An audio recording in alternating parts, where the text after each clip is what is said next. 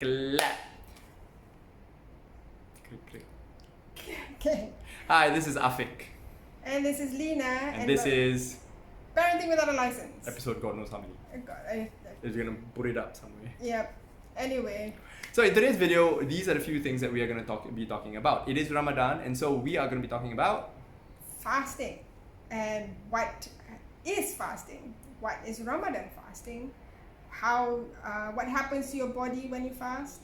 And how do we actually introduce fasting and Ramadan to our kids? Yeah, absolutely. So today we're going to be talking about how Ramadan affects you, what you do during Ramadan, and how do you how do you introduce fasting to a pair of hungry bear cubs? Well, actually just the one hungry bear cub, the other one just eats everything. Okay, so Ramadan is the 9th month in the Islamic calendar, and in this month it's really special for us because we fast. That means we don't eat or drink from sun up to sunset, and then we are supposed to watch what we think, be more mindful about what we think, what we feel, what we say, all our actions. And some people actually use this month to actually break bad habits and create new ones, new good ones. And there's the whole spiritual aspect of it because it is a religious obligation for Muslims. So do you want to talk about the spiritual? Totes my notes. So in the month of Ramadan, it is considered the Muslim holy month amongst other holy months. There are a couple. Anyway, specifically to Ramadan, we believe that all the bad spirits, all the bad jinn, all the hantu, all get locked up, and so the month is free of distractions. Right, and during this month, we are not supposed to eat or drink from sunrise to sunset. We try to do our best to be good Muslims. We try to fast in all senses of the word. So not just food and drink, but we also fast from other desires. Things like anger, things like lust, things like things like anger and lust and temptation. Like, for example, we're of course we're not allowed to have afternoon delights. Not allowed to have afternoon delights. Of course, when the sun goes down, hey, all lights go off, right? But we're not supposed to do that from the physical aspect. But of course, we also have to fast from the perspective of the media we consume, right? Like porn is obviously off limits. Things that would normally be all hands on deck, not allowed to partake in certain activities. Right, and so of course, it's also a month where we practice to be better Muslims. We of course we already pray 5 times a day, but there are additional prayers that we can do during Ramadan for extra blessings and so on. And ultimately, that really is what this particular month is about. It's about increasing our spirituality, increasing our deen, increasing, increasing mindfulness. Because only when we are truly, truly mindful not just we, but me, myself personally, I've been able to, rein in my temper, watch what I say, not curse and swear as much, although I still fail on the odd occasion. And of course, practicing restraint in everything that I do. Only speak the good things, only think the good things. I look at her all afternoon and I'm like, oh, that's a good thing. But yeah, so no afternoon delight, right? And so I have to rein in my raging desires. Yeah. Since, if we're fasting, obviously we don't have asking for We can still touch. Still can hold hands. See, hold hands so sweet. Oh. But no. And nothing beyond that. So yeah, that's pretty much what Ramadan is in a nutshell. Practice mindfulness, be good people, be a good person, and resist temptation. Of course, there are other aspects to it. I mean, naturally speaking, once we stop eating and we stop drinking, the thirst and the hunger come in. And of course, there's the mindfulness that bloody hell, that's not a curse word, right? Bloody hell, we are so privileged, right?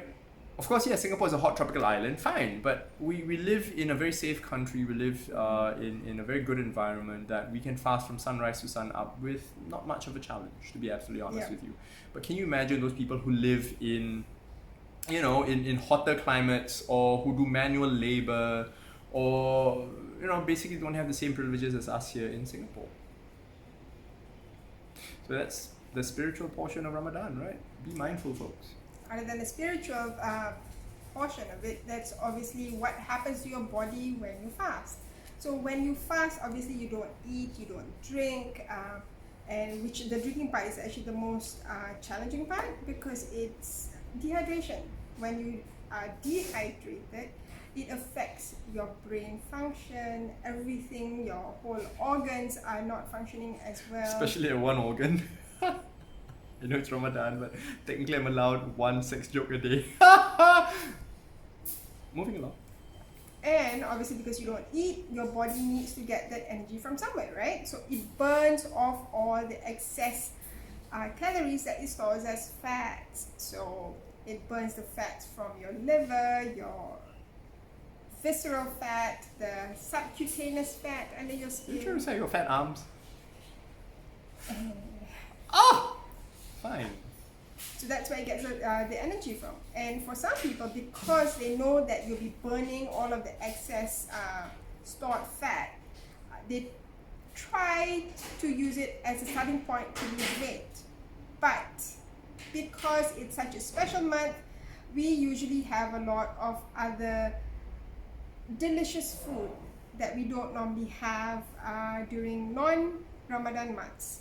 Totes malotes. People tend to binge on things that taste really good, so they tend to eat a lot more than what they're burning. So yeah, that's the thing. Culturally speaking, our culture here in Singapore is almost one of excess when it comes to Ramadan sometimes.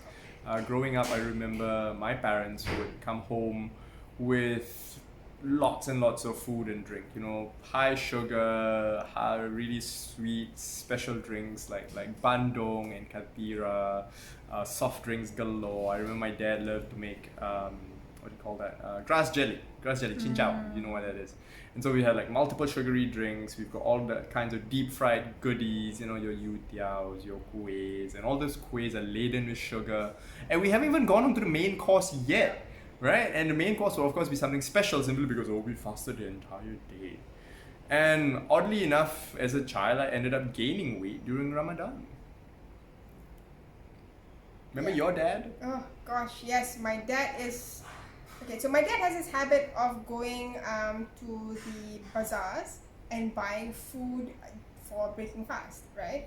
And I take after him in that sense. So when I go out and buy food, it tends to be excessive. Yes, that's the word.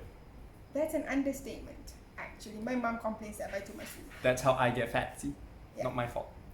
So it's, how they say that you don't go grocery shopping when you're hungry because you buy everything. Imagine you're fasting and you go into the market and you have stalls after stalls after stalls of all the really good food, and the smells that, oh my god. Of course, it doesn't help that they have lunchtime Ramadan promos. Yeah, strange. Yeah, so you tend to buy a lot more food than you can eat, and that leads to wastage. Of course. Yeah. But that's the thing. Again, we have to practice mindfulness. So as an adult, I've been practicing mindfulness with regard to how I eat. To the point where actually our dinners are actually simpler now during Ramadan than during other days. We actually eat a lot less. I've come to realize that we don't really need much to sustain us. Mm-hmm. And I don't have that, oh my god, I'm so weak, I'm so tired, I need food. I don't. I really, really don't. Simply because I think my body has gotten used to it after a couple of weeks. We're in the middle of Ramadan anyway. Mm-hmm. And I can go out throughout my entire day without feeling hungry, without eating, and I'll be fine. Of course, thirst is a real thing, especially when you're shooting a video like this and you have to constantly talk. Yep. And my day job literally gets me to talk non-stop. And so the thirst is real, but that's fine. That's just a little bit of self-control. But I don't feel hungry. Remember that day when I had a team dinner on Saturday night, and then we went to your mom's place on Sunday night. Both nights I had super heavy dinners. And oh my god, I paid for it on Monday. Yeah, you have not looked like that in really, really long, because we've actually cut down to how much we eat. on a On a normal basis, yeah. yeah. On a normal basis, we survive on, not just survive, we're happy with just one meal a day. And with Ramadan, what happened was, I think my digestive system just went, hey, great, no food, let's recover, let's take time to heal and get better. And for the first 2 weeks, it was just beautiful bliss for me. I woke up in the morning, I was okay, I was like, hey, you know, I'm full of energy, I'm fine, I'm not hungry, I'm not thirsty, I'm absolutely raring to go. And that's absolutely normal during Ramadan. And then that one Monday, after 2 days of binging, I was a zombie. I could barely get out of bed. To quote a very good friend of mine, Muhammad, if you're watching this, I felt like ass. It was not fun. It was not fun. I couldn't get out of bed. My back was hurting. Everything was aching. The next 6 to 8 hours, I was just like struggling. Yeah. And it just, I was just not a pleasant person to be around. She can attest to that. So, in Malay, we have the saying that if you eat too much, you'll be like a python. Yeah. So Would you like to see my... That's too. Fine, I'll make it up for tomorrow. So he was like that. He had eaten so much, and he was like basically zombified. Like he was just basically lying down the whole day because he couldn't move, like a really full python. Yeah, and the worst part is Mondays are some of the worst days for me when it comes to work, right? And I was just totally unproductive. I could not function, I couldn't think. And I literally for the next 3 to 4 days, I just cut down on the calories just to bring my digestive system back on track. And by Tuesday, Wednesday, I was okay again, right? And I made a specific point not to eat too much on Saturday and Sundays again because we went visiting. Yeah. And then Monday was fine. So it was a very clear correlation when I overate on one weekend, I paid for it badly on Monday, and the rest of the day was the rest of the week was just me trying to recover and get back on track. And when I made a conscious decision, a very mindful decision, not to eat too much during the next weekend, my next week was fine. And I've successfully dropped about 5 kilos? 5 kilos? Yeah, about 5 kilos. She said she can see my cheekbones. His pants are falling off. Good for me. Afternoon delight. Yeah. Anyway, so you might be wondering why it's so important for us to talk about fasting. Because as Muslim parents, we would need to explain to our children the importance of fasting and how do we actually introduce fasting to them. Absolutely. Yeah. So for us, this is Arya's first Ramadan trying to fast, and she's turning 6 this year. And so the school that we send her to is has slight Islamic based classes. They're not fully Islamic, they're going to secular. So they're not a madrasa, so to speak. We send our kids to a specific school. They're not a religious school, but they do have a religious background, right? And so they do introduce the concept of Ramadan and fasting to the kids, alhamdulillah. They do that. And here's the best part. I remember as a child, my grandparents, I think my dad at one point was telling me, if you manage to complete a day of fasting, here's a monetary reward. My mom and dad did that too. So yeah, and to me that doesn't really work, simply because Islam is all about intention, right? And so if I'm fasting for the sake of money, then what are my true intentions? Right? And so with us, how we try to introduce it, we explained it. It did help that the school did give them some background about how Ramadan works, why we do it, the religious aspects of it. And when the kids come home, we reinforce it. We just say, okay, we are doing this, to remember Allah, to remember that we are good Muslims, that we are privileged. And for them, I tell them it's a challenge by choice. If you can't do it, it's fine. If you can't do it, it's fine. Yeah. How we introduce it to the kids, I always tell them it's a challenge by choice. It's a challenge by choice. You want to fast, you fast. Make sure you know what you're getting into. And if you tell me you're hungry and you're thirsty, you cannot take it anymore, fine, go ahead. Don't force it. She's only 5. Yes. So what we do, because the school does not give them breakfast or lunch, so we make sure that we give her a really filling breakfast that is nutrient dense in the morning, so that when we drop her off, we tell her that if you want to drink, just drink. Don't hide. Because a lot of us are shamed into people fast, you don't fast. Correct. So I don't believe in shaming a child for something that they can't do. Totes. Because that is just going to destroy their self-confidence. Yuck berries, yo, yuck berries and scars and trauma, not fun, not fun. Yeah. But yeah, I'm proud of my little girl. She managed to go what, 6-8 hours without eating or drinking. Yeah. And it was an achievement. And how we do that with the kids is, I feel it's so important to acknowledge the effort, to celebrate that effort. Like, hey, good job, you know, you did it. And rather than cheapen it and say, oh, you didn't manage to hold the whole day, blah, blah, blah. You know what I mean? Versus, hey, good job, little girl. You managed to do it 6 hours, 8 hours. That's a lot of effort. It must have been tough, and good on you for doing it. So you've earned all the okay, not treats. I'm guilty of giving them sugary drinks and candy. I'm so guilty. It's daddy, right? All she has to do is look at me, daddy, I want chocolate. And sure, baby. Can I have a lollipop? Yeah, and daddy can't say no. But yeah, so we celebrate it and we're like, okay, good job, you've earned your drink, you've earned your dinner, and go ahead and eat. You don't have to feel bad about it. Yeah. So we make sure that she understands that it's okay if she can't do it the whole day, that it's okay if she wants to drink in the middle of the day. We don't enforce it. We don't enforce the fasting during weekends because she's actually lost weight. She's only 15 kilos. Yeah, she's lost weight. It's a concern for me. Honestly, it's a big concern that she is losing weight, even though it's Ramadan. Even if it is Ramadan, I'm concerned that she's not eating enough, she's not drinking enough, and it becomes a health concern, right? And we're going to talk about health concerns as an adult. It's fine. Our physiological changes. Can you share a little bit of physiological change? Have you done that? I can't remember. Physiological changes in what now? In fasting. In fasting, For adults, have you? really can't. No. We haven't. Okay, never mind. Yeah. So, you want to share the book that before we go into physio? So- So we started reading this. I'm not sure whether it's actually. It's fine. It's fine. Yeah, it's called Ramadan Around the World. I'm not sure. I can't remember where I got this from, but Is it a gift? no, I actually bought this.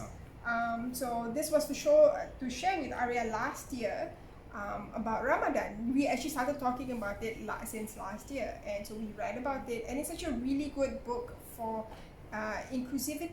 Is that a word? Inclusivity? It gives Arya an insight about how different cultures, not religions, but different cultures around the world practice and celebrate Ramadan. Yeah. Right? The different kinds of foods, the different kind of practices they do.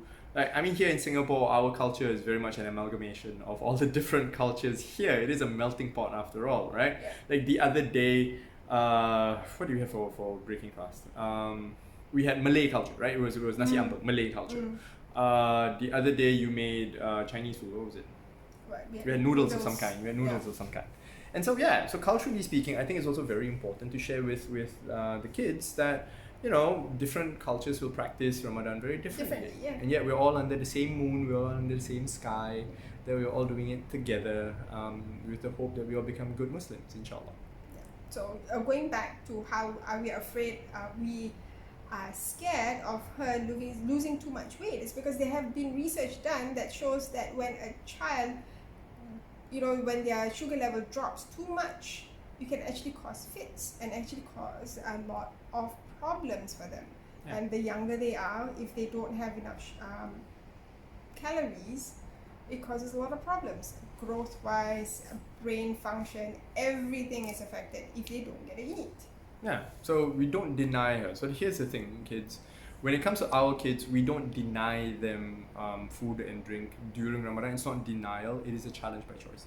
And of course, we know that the body will tell us, hey, you know, it's time to drink means it's time to drink. It's time to eat, it's time to eat. And so sometimes she comes back and she's like, at the end of the day, she comes back from school and she's like, oh my God, I'm so thirsty. I'm like, go ahead, drink. Just drink, It's fine. yeah. Your body will tell you what you need.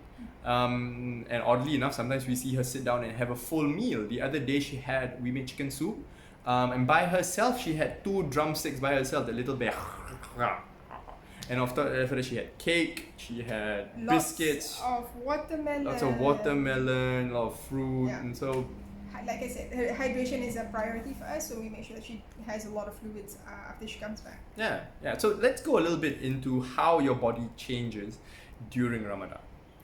How your body changes in Ramadan. You So, know, what are the effects that go through? So I'm going to leave it to the scientist here. She's going to do the science thing. She's going to science-plain it to you.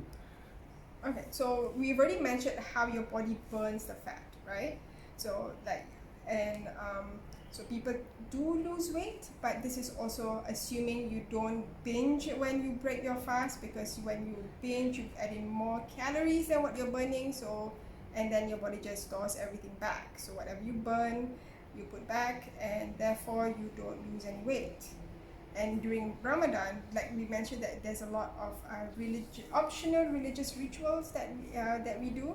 We have optional prayers that we add, that people will actually do it throughout the night. So that means that we don't have enough sleep. So people get to be sleepy in the daytime. Sleep deprived. Yeah, when you're sleep deprived, you basically get cranky also. I'm okay. Are you sure? Because you're cranky all the time. True. I'm okay. I'm a sweet young man. So there's a lot of changes with your hormones, with your insulin levels. But basically, as long as you are healthy, fasting won't really be detrimental to your health. Yeah. We've been doing this for years. I always find it to be More mental. yeah. I'm a lot better after a long fast. I'm lighter, I'm faster, I'm quicker. I'm not as grumpy. I'm in less pain, and overall, I'm a lot happier after a long fast. In fact, personally, what I've come to experience is I'm just a better guy all around if I'm fasting properly. What is fasting properly? Oh, I don't eat junk food, very little fried food, says the man who had fried chicken last night. The man who learned how to eat fried just to have fried chicken. That's a story for another video for another day. But yeah, so fasting does come with a whole host of benefits. If you start looking at autophagy, or autophagy, however you say that, it's basically your cells eating itself. Your body consuming all the dead cells, all the renewing itself. That's one. Autophagy is one. It gives your digestive system a chance to heal, to get better. Food honestly tastes a lot better for me. After a fast, I can taste more flavors. Things are more intense. When we drink our sugary, soda stream, if you're watching, remember second time I mentioned soda stream on Parenting Without a License. When we make our soda stream drinks, we actually use less of the syrup because the flavors are so much more intense. And overall, I don't feel as heavy. Like my body just goes, oh no more of that. I'm actually quite active, and like for example, my pull-ups have actually increased from 1 to 4 over the past couple of weeks because I've been fasting. Yeah. So we've covered what fasting is about. We've covered what changes happens in your body, what happens to your body when you fast, and we've also covered how we introduce fasting and Ramadan to our kids. Yeah. So let us know in the comments below. What are some of the things that you would like to bring up for us to talk about Ramadan? Challenges that you face, tips that you want to share with us. How did you get introduced to fasting? How are you introducing it to your kids? And basically your experiences. So let us know in the comments below what Ramadan means to you. Yeah. Until the next time. Don't forget to like, share, subscribe, send us a note just to say hi. We reply to every comment, inshallah. Let us know what you think of this video, and we'll make it better. Of course, we do this just for you. Thanks. Alright. And we're glad.